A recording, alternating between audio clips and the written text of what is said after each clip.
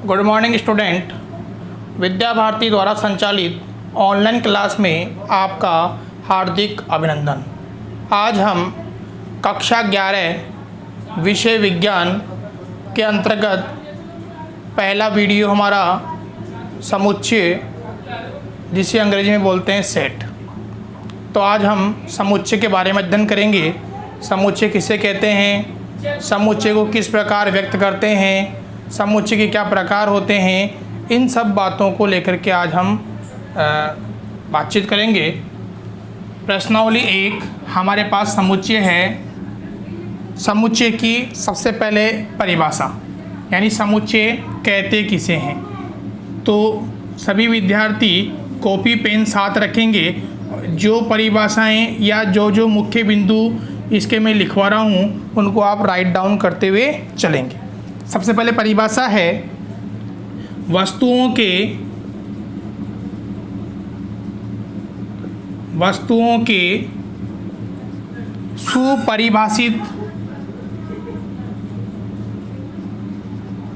सुपरिभाषित समूह हैं, सुपरिभाषित समूह हैं अथवा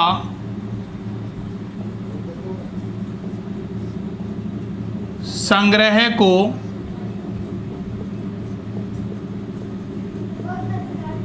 समुच्चय कहते हैं। यानी कि वस्तुओं के सुपरिभाषित समूह हैं अथवा संग्रह को क्या कहते हैं, समुच्चय कहते हैं। यहाँ सुपरिभाषित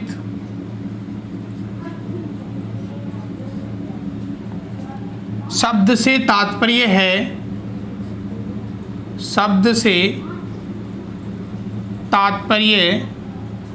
है कि वस्तुओं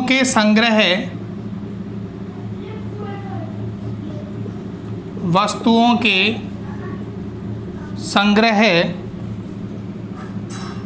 में होने या नहीं होने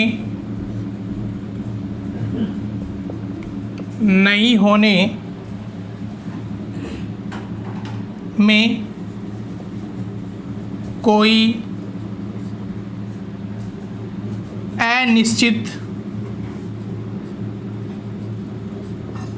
अनिश्चितता या मतभेद नहीं होना चाहिए। मतभेद नहीं होना चाहिए। यानी कि जो भी कथन या जो भी वाक्य हमें दिया हुआ है वह एक निश्चित नियम का पालन करना चाहिए। उसके अंदर किसी प्रकार की कोई भ्रांति या मतभेदता नहीं होनी चाहिए। यदि इस प्रकार पाया जाता है तो वह समुच्चय नहीं कहलाएगा। अब देखो कुछ इसके महत्वपूर्ण बातें हैं, वो मैं आपको लिखवा रहा हूँ। सबसे महत्वपूर्ण बात हमें पॉइंटों के रूप में लिखनी है। समुच्चयों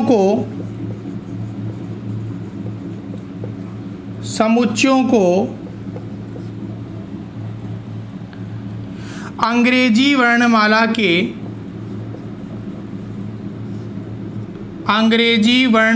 के बड़े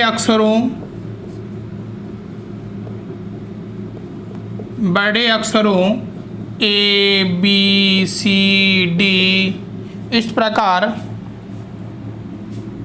से व्यक्त करते हैं।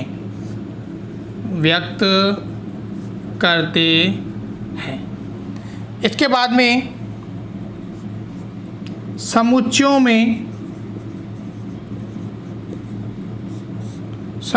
में स्थित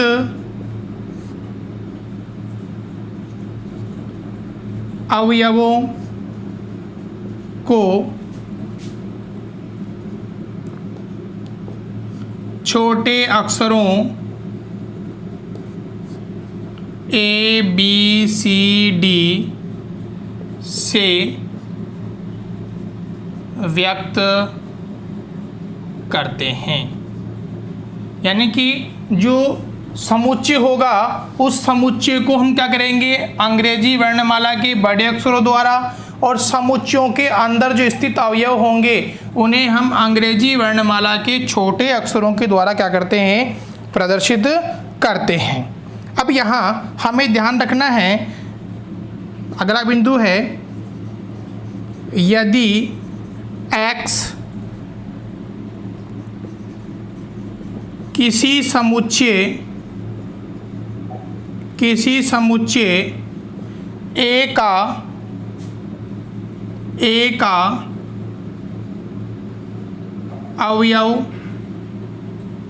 अवयव है तो इसे x belongs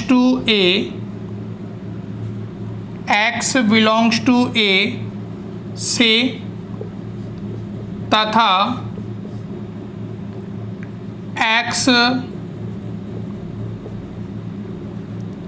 समुच्चय A का अवयव नहीं हो तो x does not belongs to A, x does not belongs to A से प्रदर्शित करते हैं। यानी कि यदि x A का अवयव है तो x belongs to A, और x समुच्चय A का अवयव नहीं है तो x does not belongs to A द्वारा क्या करते हैं, प्रदर्शित करते हैं। अब यहाँ से हमें कुछ चिन्हों को जानकारी मैं आपको दे रहा हूँ जो हम समुच्चय के अंदर बार बार क्या करेंगे, प्रयोग में लेंगे। तो यहाँ से अगला बिंदु हमारे पास में है, जैसे देखो इस प्रकार का चिन्ह आता है हमारे पास में V, इसको हम क्या पढ़ते हैं, और क्या पढ़ते हैं, और का अर्थ क्या होता है, या। इसी प्रकार उल्टा V आता है, इसे हम क्या पढ़ेंगे, एंड का अर्थ क्या होता है, और। इसी प्रकार इस प्रकार का चिन्ह आया है, देखो पढ़ चुके हैं अपन, इसे क्या पढ़ेंगे अपन, बिलोंग्स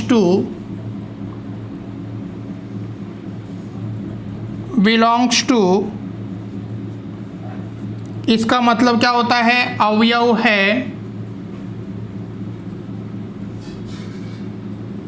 है। इसी प्रकार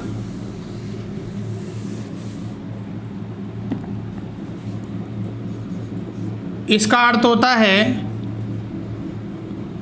डज नॉट बिलोंग्स टू, यानी कि अवयव नहीं है, अवयव नहीं है।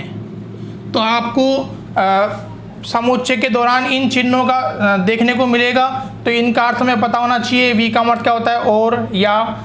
इसका मतलब क्या होता है, एंड, और। ई का मतलब क्या होता है, बिलोंग्स टू, अवयव है। ई कटा हुआ है, क्या पढ़ेंगे, डज नॉट बिलोंग्स टू, यानी अवयव नहीं है। इसके बाद में इस प्रकार का चिन्ह आएगा, इसे हम क्या पढ़ेंगे, इज ए प्रॉपर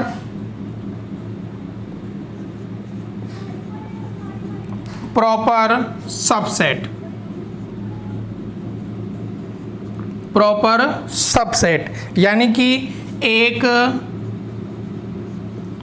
सही उपसमुच्चय है,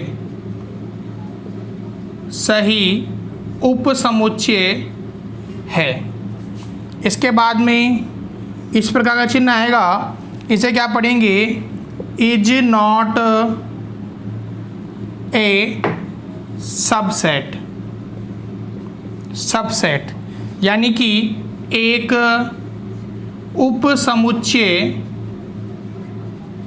उपसमुच्चय नहीं है। ये हमारे क्या हो गए, जो प्रतीक चिन्ह हैं, इन प्रतीक चिन्हों को हमें ध्यान रखना है, इनका प्रयोग अपन समुच्चय के दौरान प्रश्नों के अंदर करेंगे। अब देखो कुछ उदाहरण हम पढ़ रहे हैं, समुच्चय को किस प्रकार हम व्यक्त करते हैं, उनके प्रतीक चिन्ह आपने को याद होने चाहिए। जिस प्रकार पहला हमारे पास में है एग्जाम्पल के रूप में n क्या होता है, सभी प्राकृत संख्याओं का समुच्चय, सभी प्राकृत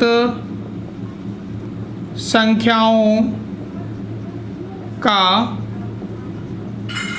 समुच्चय। किस प्रकार लिखेंगे, n बराबर होता है मझला कोष्टक 1 2 3 4 5 डैश डैश डैश अनंत। यानी कि हम जानते हैं कि प्राकृत संख्याएं 1 से प्रारंभ होकर अनंत तक चलती है। यदि इन प्राकृत संख्याओं को हम मझले कोष्टक के अंदर रखते हैं तो ये क्या हो जाता है, हमारे पास में समुच्चय निर्माण हो जाता है। इसी प्रकार W बराबर होता है सभी पूर्ण संख्याओं का समुच्चय, पूर्ण संख्याओं का समुच्चय। तो यहाँ से W बराबर क्या हो जाएगा, 0 1 2 3 4 5 डैश डैश डैश अनंत। तो ये क्या बन गया हमारे पास में, सभी पूर्ण संख्याओं का समुच्चय हमारा बन चुका है। इसी प्रकार Z बराबर होता है सभी पूर्णांक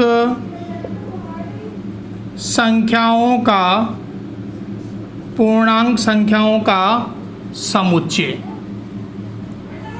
तो क्या होता है, Z बराबर होता है हमारे पास में, देखो इसके अंदर हमारे पास में नेगेटिव मान भी आएंगे, 0 भी आएगा और पॉजिटिव मान भी आएंगे। तो इस प्रकार जो हमारे पास में समुच्चय बनेगा उसे क्या कहेंगे, सभी पूर्णांक संख्याओं का समुच्चय। अब देखो इसके अंदर 2 मान और आते हैं, एक आता है हमारे पास में Z प्लस और एक आता है हमारे पास में Z माइनस। अब देखो Z प्लस क्या होता है, सभी धनात्मक पूर्णांक संख्याओं का समुच्चय, और Z माइनस क्या होता है, सभी ऋणात्मक पूर्णांक संख्याओं का समुच्चय।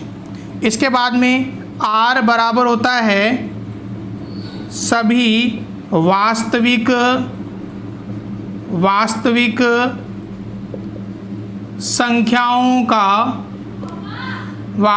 संख्याओं का समुच्चय। अब देखो रियल नंबर, वास्तविक संख्याएं किसे कहते हैं, ऐसी संख्याएं जिसके अंदर परिमेय और अपरिमेय दोनों प्रकार की संख्याएं संक्रियाओं के माध्यम से बनी होती है, उन्हें क्या बोलते हैं अपन, वास्तविक संख्याएं कहते हैं। इसके बाद में Q बराबर होता है हमारे पास में सभी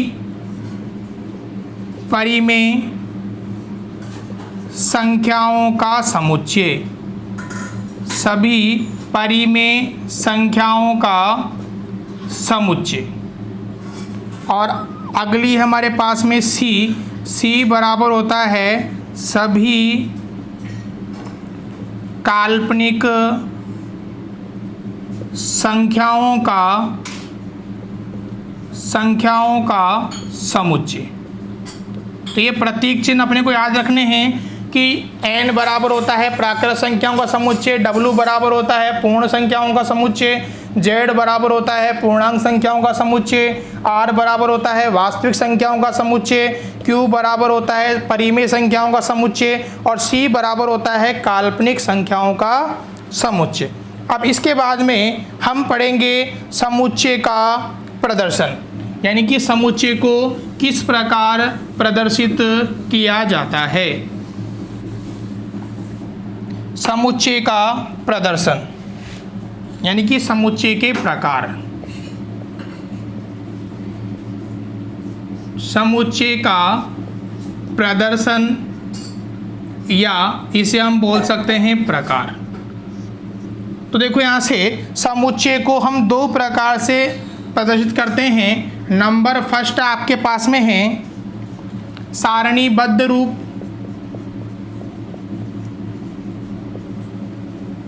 सारणीबद्ध रूप, या इसी का दूसरा नाम हमारे पास में है रोस्टर रूप, सारणीबद्ध रूप या रोस्टर रूप। अब देखो इसके अंदर क्या होता है, इस विधि में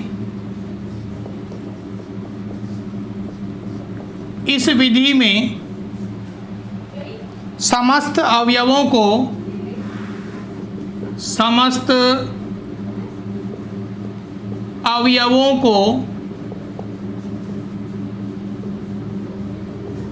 मझले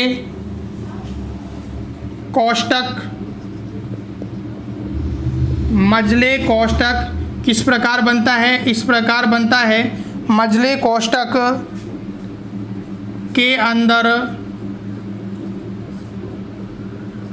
लिख दिया जाता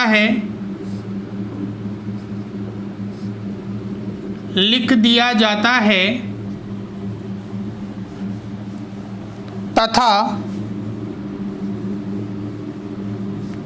अवयवों को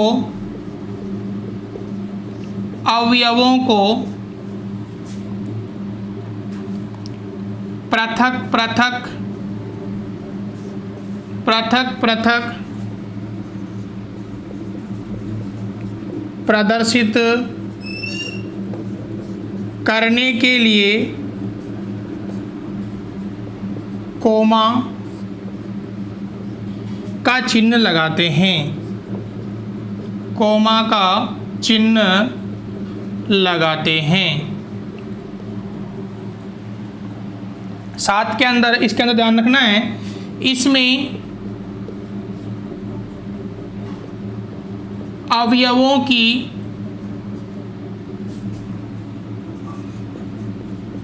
पुनरावृत्ति नहीं होती है। यानी कि यदि हमारे पास में दो अवयव एक अवयव दो बार आ रहा है तो हम समुच्चय के अंदर उसे एक बार ही लिखेंगे। कैसे लिखेंगे, देखो एग्जाम्पल दे रहे हैं अपन। जिस प्रकार एग्जाम्पल हमारे पास में है, आपको दे दिया A बराबर स्वरों का समुच्चय, A बराबर स्वरों का समुच्चय। तो आप इसे किस प्रकार लिखेंगे, A बराबर, आप देखो मझला कोष्ठक लिखेंगे AEIOU। देखो मझले कोष्ठक के अंदर क्या करना है, अवयवों को लिखना है, साथ में प्रत्येक अवयव के बीच में क्या होना चाहिए, कोमा हमें लगाना है। ये आपके पहला एग्जाम्पल हो गया। दूसरा एग्जाम्पल अपन ले रहे हैं, जैसे बी एग्जाम्पल ले रहे हैं, 10 से छोटी विषम संख्याओं का समुच्चय, 10 से छोटी विषम संख्याओं का समुच्चय। अब देखो हमें मझले कोष्ठक के अंदर लिखना है। अब देखो 10 से छोटी जो विषम संख्याएं कौन कौन सी होती है, 1, 3, 5, 7, 9। तो ये क्या बन चुका है हमारे पास में, 10 से छोटी विषम संख्याओं का समुच्चय में प्राप्त हो चुका है। तीसरा एग्जाम्पल अपन लेते हैं, SCHOOL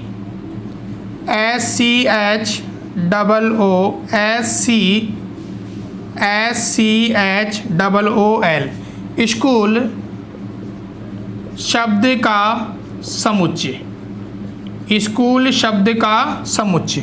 अब देखो यहाँ से हमें क्या करना है, स्कूल शब्द का समुच्चय निर्माण करना है। अब देखो SCHOL, अब देखो यहाँ पर बाकी शब्द अकेले हैं, लेकिन ओ कितनी बार आ रहा है, 2 बार आ रहा है। तो हम समुच्चय निर्माण करते समय इस ओ को केवल एक बार ही लिखेंगे, हमें इसे 2 बार नहीं लिखना है। तो ये क्या कहलाएगा हमारे पास में, इसका समुच्चय निर्माण, यानी SCHOL। इस प्रकार ही क्या करेंगे, हम इसे प्रदर्शित करेंगे। तो सारणीबद्ध रूप या रोस्टर रूप के अंदर हमें ध्यान रखना है कि समस्त अवयवों को मझले कोष्ठक के अंदर लिखते हैं, साथ में अवयवों को पृथक पृथक प्रदर्शित करने के लिए कोमा का प्रयोग करते हैं। इसमें अवयवों की पुनरावृत्ति नहीं होती है, तो इसे क्या बोलते हैं अपन, रोस्टर रूप या सारणीबद्ध रूप। इसके बाद में एक प्रकार और है इसका,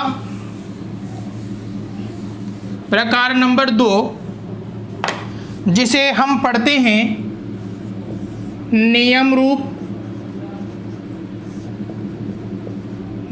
रूप या इसी का नाम है समुच्चय निर्माण रूप। समुच्चय निर्माण रूप।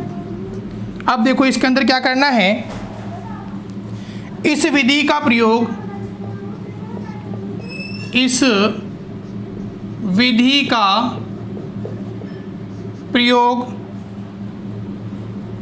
तब किया जाता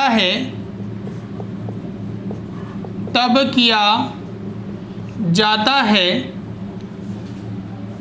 जब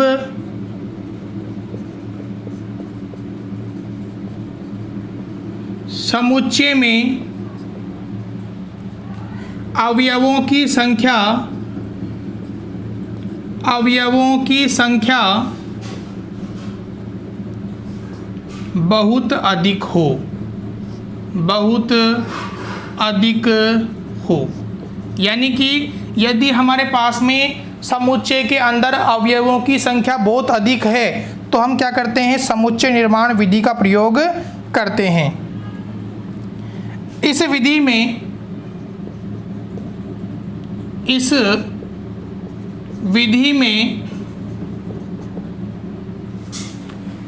x such that x, इसका अर्थ क्या होता है, x में इस प्रकार है, x में इस प्रकार है से प्रदर्शित करते हैं तथा अवयवों को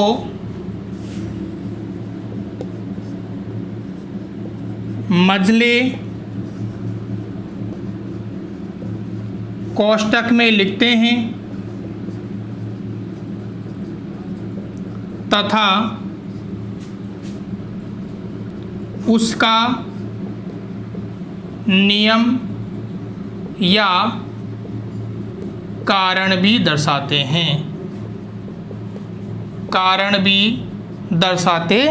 हैं। अब देखो किस प्रकार हम हल करते हैं इसको। जैसे एग्जाम्पल हमारे पास में है, ए हमारे पास में समुच्चय है भारत का नागरिक, नागरिकों का समुच्चय, भारत के नागरिकों का समुच्चय। अब देखो यहाँ पर हम जानते हैं कि भारत के अंदर जो नागरिक होते हैं वो बहुत सारे हैं, तो हम इसे किस प्रकार लिखेंगे, ए मझला कोष्ठक x सच दैट x में इस प्रकार है कि जो x है वो क्या है, भारत का नागरिक है। यानी कि जितने भी भारत के नागरिक हैं उनको हमने क्या कर लिया, x के अंदर संक्षिप्त रूप में क्या कर दिया, व्यक्त कर दिया। इसी प्रकार हमें कह दिया जाए कि प्राकृत संख्याओं का समुच्चय,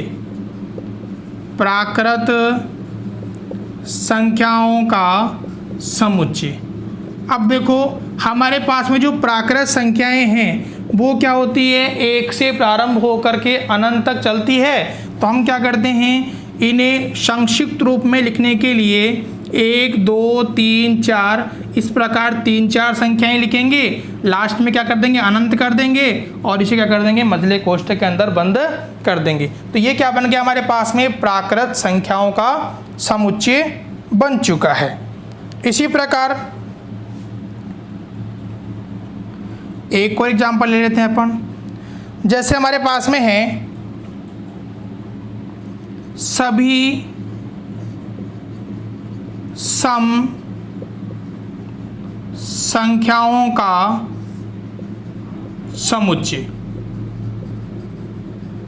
अब देखो सम संख्याएं बहुत सारी होती है, यानी कि 2, 4, 6, 8 टेस टेस टेस अनंत। तो इस प्रकार सभी सम संख्याओं को हमने संक्षिप्त रूप में, छोटे रूप में क्या कर दिया, प्रदर्शित कर दिया। इसे क्या बोलते हैं अपन, नियम रूप या समुच्चय निर्माण रूप। तो आज हमने समुच्चय की परिभाषा, समुच्चय के अंदर आने वाले प्रतीक व समुच्चय के प्रकार के बारे में अध्ययन किया। आप इन सभी को अपनी कॉपी के अंदर उतारेंगे, साथ में इनको पढ़ना है। अगले वीडियो के अंदर हम प्रश्नावली 1.1 के सवालों को हल करेंगे। यदि वीडियो अच्छा लगे तो लाइक व शेयर करें, सब्सक्राइब बटन को दबाएं, जिससे आगे आने वाले वीडियो के नोटिफिकेशन आपको प्राप्त हो सकें। धन्यवाद। जय हिंद, जय भारत।